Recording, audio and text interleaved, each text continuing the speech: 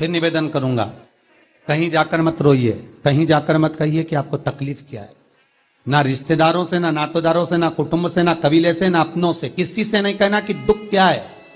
बस इतना करना कि किसी मंदिर में अगर पूजन करने जा रहे हो, आप जिस पाठ को कर रहे हो, जो पाठ आप करते हो, हमें ये भी नहीं कहना कि तुम शंकर का पाठ करो, हम तो ये भी नहीं कहेंगे कि शिव कवच करो, हम ये भी नहीं कहेंगे कि हम बताएं वो वाला पाठ करो। तुम तो जो पाठ करते हो, तुम जो स्मरण करते हो, जो तुम मंत्र जाप करते हो, जो तुम नाम जाप करते हो, तुम्हारी मर्जी, तुम जो जपते हो, बस उस जप के समय पर कटोरी में, गिलास में, तांबे के पात्र में, पंचपात्र में जल हो और उस जल का आचमन, उस जल का सींचन दुकान पर, घर पर रोज करना प्रारंभ कर दो। आधे से ज्यादा तुम्हारी तकलीफ, आधे से ज्यादा तुम्हारा कर्जा, आधे से ज्यादा तुम्हारा दुख तो भगवान यूं ही समाप्त कर दे। यूं ही हम जल कौन सा सींचते हैं भगवान? अपनी दुकान पर पानी कौन सा छोड़ते हैं? अपने घर पर जल कौन सा सींचते हैं? जब मटके में से भरकर लिया है, कुंड में से भरकर लिया है, अपने घर में नल में से भरकर लिया है, और वो पानी लाने के बाद में अपन सब दूर छीट दिया। अपन वो वाला पानी कभी नहीं छीटते जो रखा है, जो आराधना के लिए रखा है, साधना के लिए रखा है, जो भगवत स्मरण के लिए रखा है, हमने वो नहीं छीटा। हम तो भरकर लाए और छीट दिए। अरे भाई, बहुत दुख है, बहुत तकलीफ है, बहुत कष्ट है, कहीं मत भटको। जिससे तुम्हारी अच्छी पटे उसका स्मरण कर कर, उसका भजन कर कर, उसका कीर्तन कर कर, उसका नाम जाप कर कर। हम तो ये भी कहते हैं कि तुम जो भजन कर सकते हो, तुम जो स्मरण कर सकते हो, तुम्हारी चित्तवृत्ति में जो आता हो तुम वो करना। हम भी बताएं तो भी मत करना। तुम्हें अच्छा लगे तो करो, नहीं लगे तो तुम जो कर रहे हो बहुत अच्छा करो, तुम उसको जप।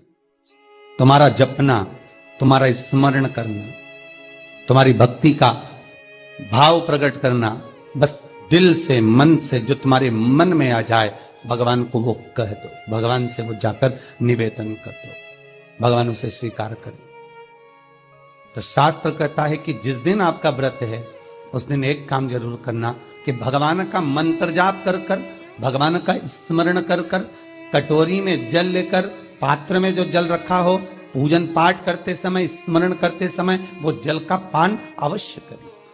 उस जल का पान अवश्य करें, उस जल को अवश्य करें। क्या होता है जल का पान करने से? शिव महापुराण की कथा कहती है,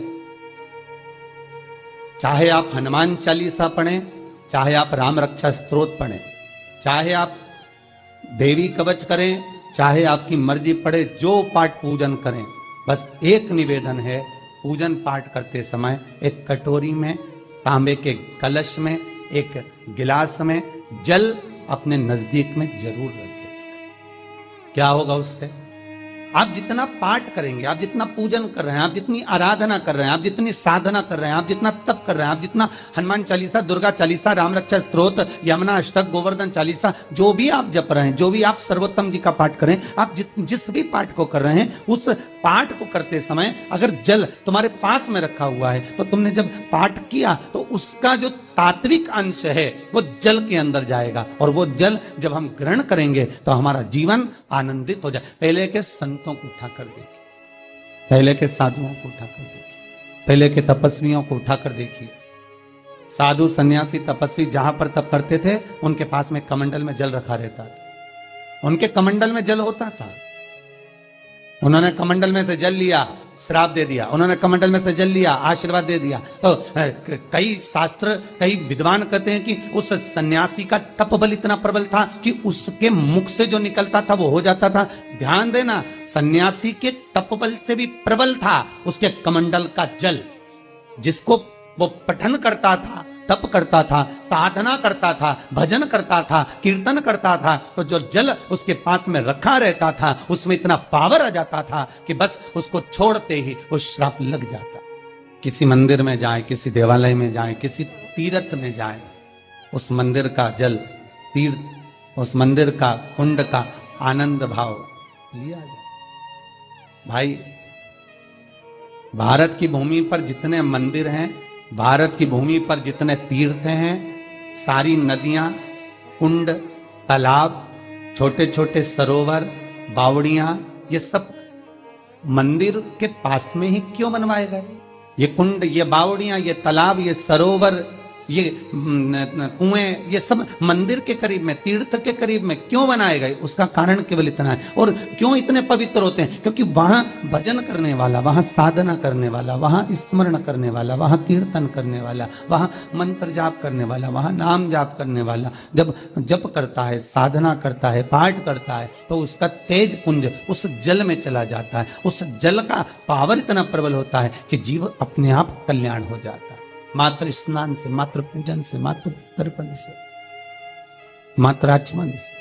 शिव महापुराण तो यहां तक कहती है कि आप शंकर भगवान को जल चढ़ाएं, थोड़ा सा जल पात्र में रख लें। जहां पूजन कर रहे हैं, जब थाली से पूजन, पहले सबसे पहले तो जल ही चढ़ाओगे ना, जल चढ़ाने के बाद उस पात्र को रख लें, थोड़ा सा पानी उसमें बचा ले, 2-4 बूंद, 8 बूंद, 15 बूंद, 20 बूंद, 1 चुलो, थोड़ा सा। भगवान शिव की आराधना करी आपने, दिया बत्ती करा, पूजन करा, आराधना करी, मंत्र जाप करा, घंटी का नाद करा, और भी लोग आए, उन्होंने भी भगवान का नाम लिया। जब घर की ओर प्रवेश करें, पूजन की थाली जब लेकर चलें, तो जो कलश में जल हो उसका आचमन कर लें या अपने ऊपर छीट लें, उससे सुख का अनुभव होता है। स्कंद पुराण कहती है मनुष्य के जीवन के दुख को समाप्त करने में जल की परिभाषा प्रबल है। पहले के जमाने में बच्चों को डराते थे तो कहते थे बा हुआ है। आज के जमाने में सासों को डराना हो तो कहते बहू आई, अभी तो गई थी, कहां से आ गई, मायके गई थी, वापिस आ गई। लोगों को बहू से भय होने लगा। और मेरा निवेदन है, बहू से भय नहीं होना चाहिए, बहू से प्रेम होना चाहिए।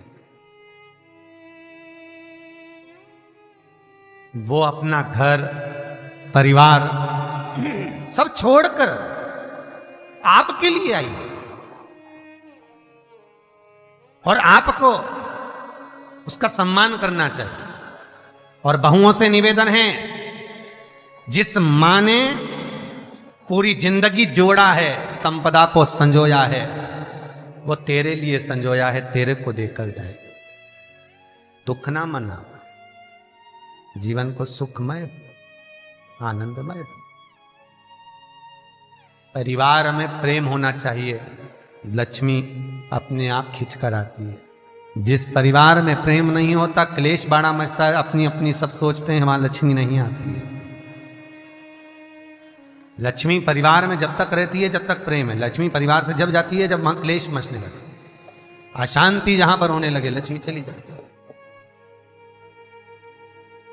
और फिर निवेदन करूंगा, कार वाली बहू मत लाओ, संस्कार वाली बहू लाओ। कार वाली बहू लाओगे, वो कार दे देंगे दहेज में, वो कार दे देंगे विदाई में, कन्यादान में, वो तुम्हारा सम्मान नहीं करने वाली, क्योंकि कार लेकर आई। संस्कार लेकर आने वाली बहू लाइए तो कार का तो ढेर लगा देगी, कारों का ढेर लगा देगी। बहु लक्ष्मी होगी, उसके चरण में स्वयं सुख है, तो आ जाए। और बहुओं से भी निवेदन है, जीजियों, अरियो बहुरानियों,